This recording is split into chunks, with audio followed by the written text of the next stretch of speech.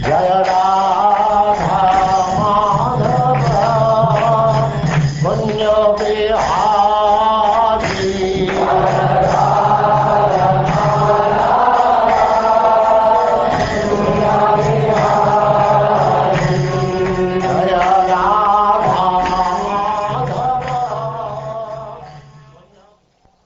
And now Chapter 14, Ideal Family Life.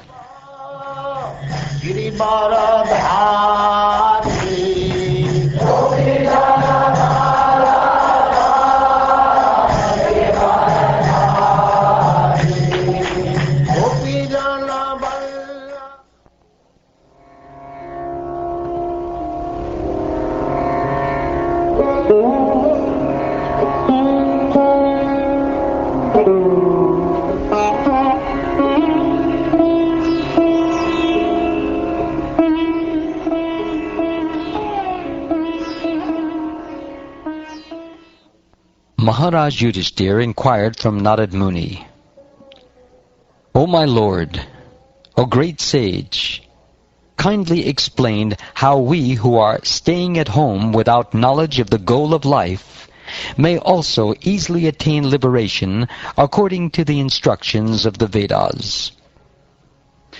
Narad Muni replied, My dear king, those who stay at home as householders must act to earn their livelihood, and instead of trying to enjoy the results of their work themselves, they should offer these results to Krishna, Vasudeva. How to satisfy Vasudeva in this life can be perfectly understood through the association of great devotees of the Lord.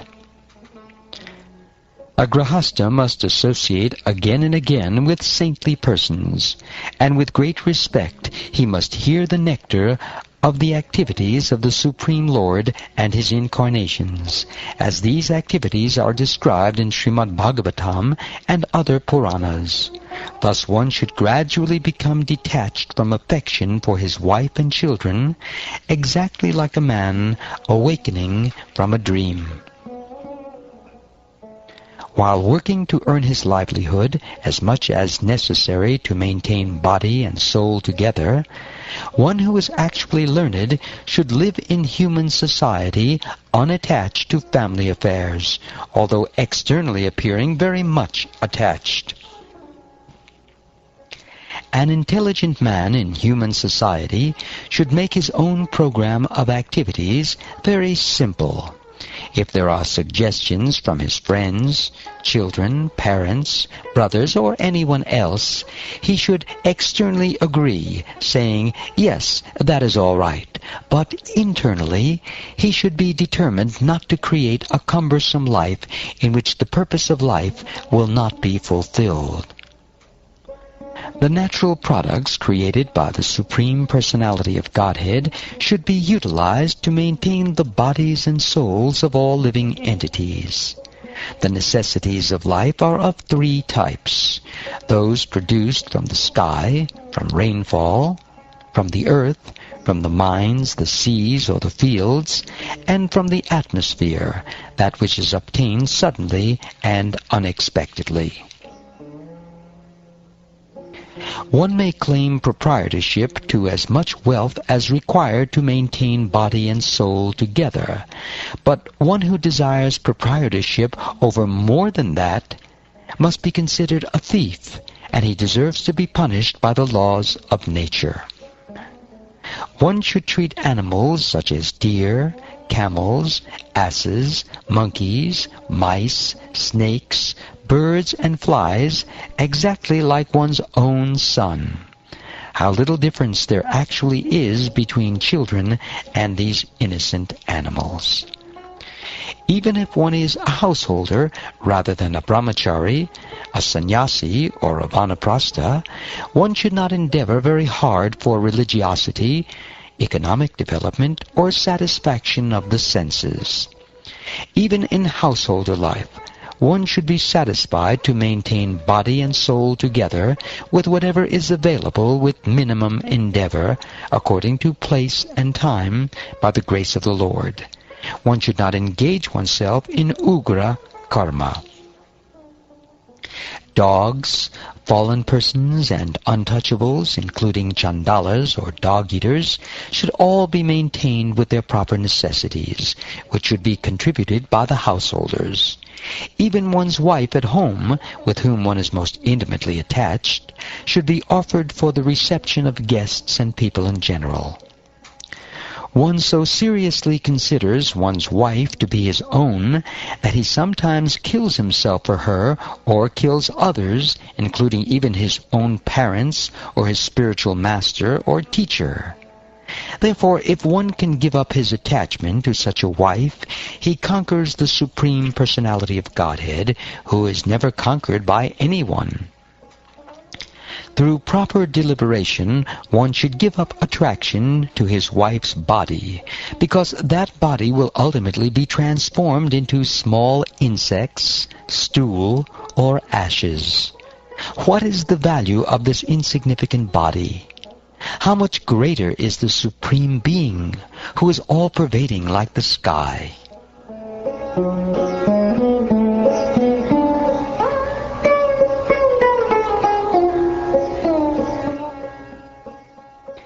An intelligent person should be satisfied with eating prasad, or food offered to the Lord, or with performing the 5 different kinds of yajna, panchasuna. By such activities, one can give up attachment for the body and so-called proprietorship with reference to the body.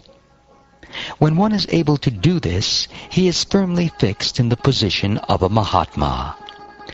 Every day one should worship the Supreme Being who is situated in everyone's heart. And on this basis, one should separately worship the demigods, the saintly persons, ordinary human beings, and living entities, one's forefathers, and oneself. In this way, one is able to worship the Supreme Being in the core of everyone's heart. When one is enriched with wealth and knowledge, which are under his full control, and by means of which he can perform yajna or please the Supreme Personality of Godhead, one must perform sacrifices, offering oblations to the fire according to the directions of the Shastras. In this way, one should worship the Supreme Personality of Godhead. The Supreme Personality of Godhead, Sri Krishna, is the enjoyer of sacrificial offerings. Yet, although his lordship eats the oblations offered in the fire, my dear king, he is still more satisfied when nice food made of grains and ghee is offered to him through the mouths of qualified Brahmins. Therefore, my dear king, first offer prasad unto the Brahmins and the demigods, and after sumptuously feeding them, you may distribute prasad to other living entities according to your ability. In this way you will be able to worship all living entities, or in other words, the supreme living entity within every living entity. A Brahmin who is sufficiently rich must offer oblations to the forefathers during the dark moon fortnight in the latter part of the month of Bhadra. Similarly, he should offer oblations to the relatives of the forefathers during the Mahalaya ceremonies in the month of Ashvina. One should perform the Shraddha ceremony on the Makara Sankranti, or the day when the sun begins to move north, or on the Karkata Sankranti, the day when the sun begins to move south. One should also perform this ceremony on the Mesha Sankranti day and the Tula Sankranti day in the yoga named Vyatipata, on that day in which 3 lunar tithis are conjoined during an eclipse of either the moon or the sun on the 12th lunar day, and in the Shravana Nakshatra.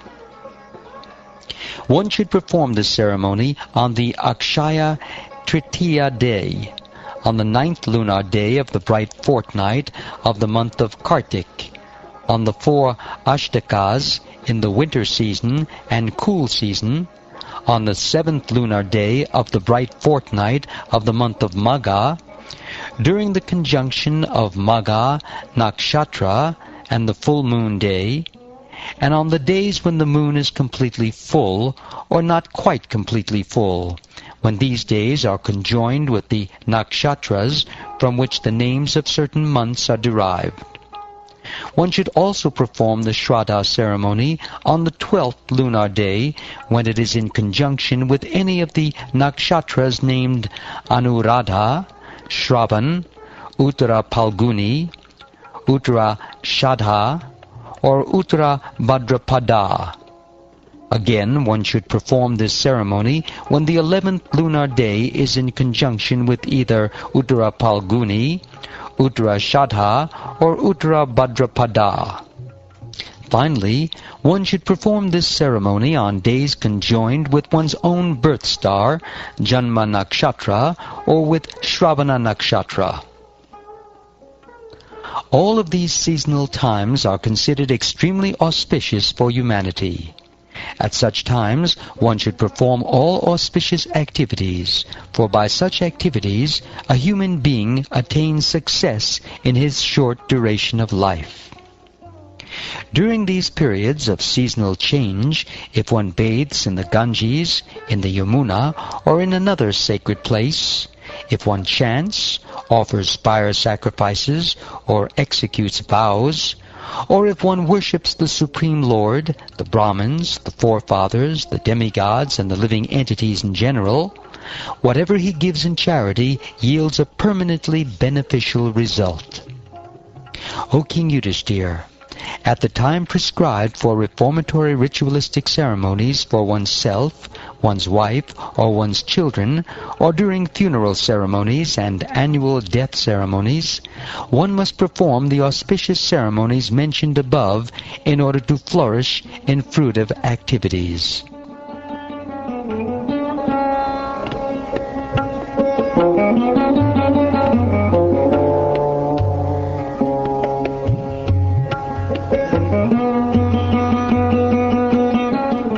Now I shall describe the places where religious performances may be well executed.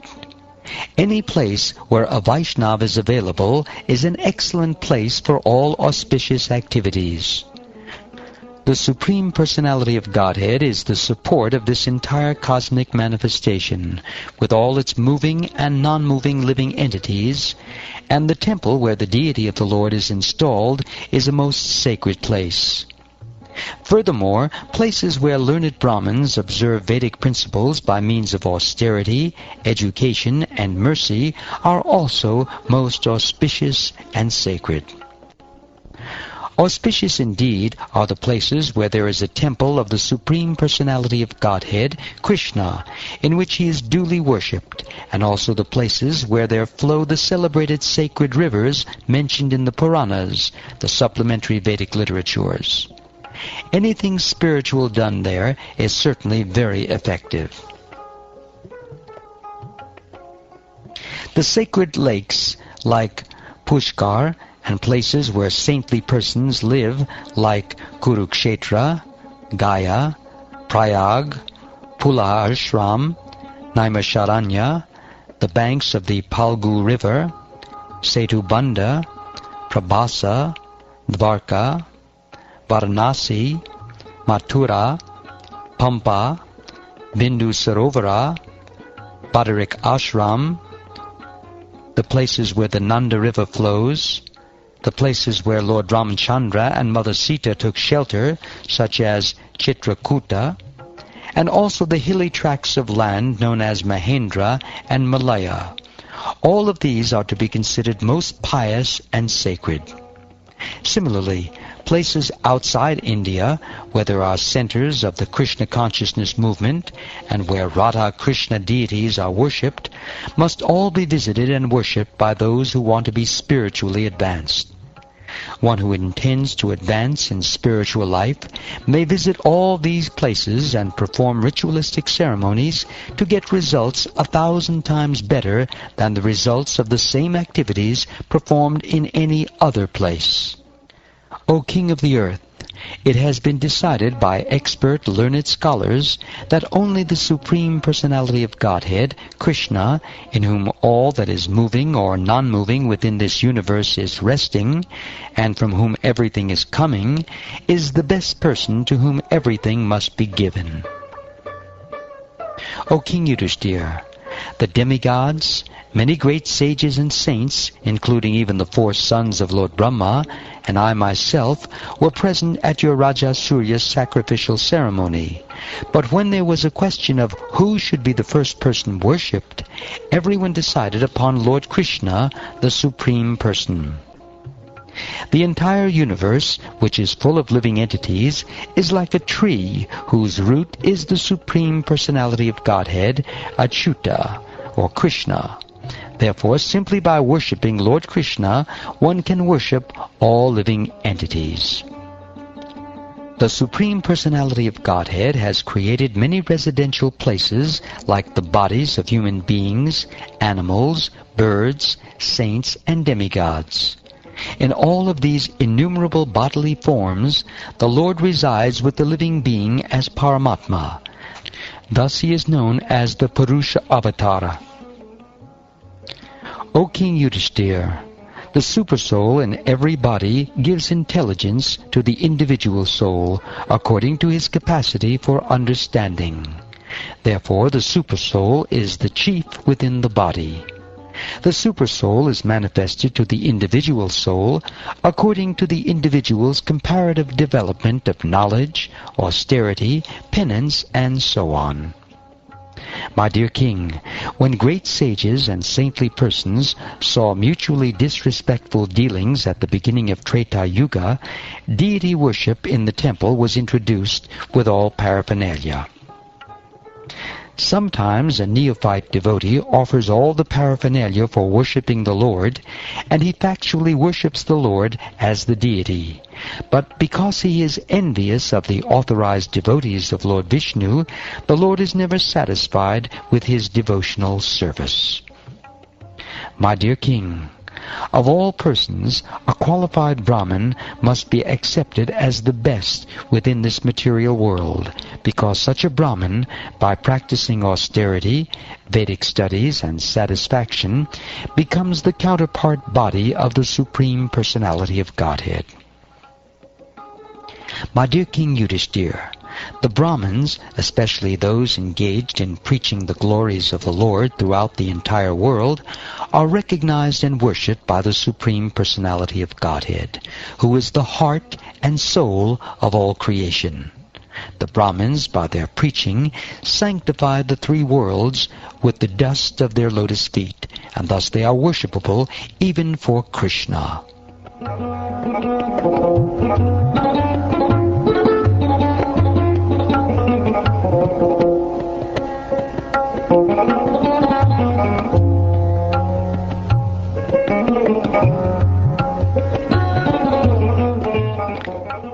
Thus ends the 14th chapter of the 7th canto of the Srimad Bhagavatam, entitled Ideal Family Life.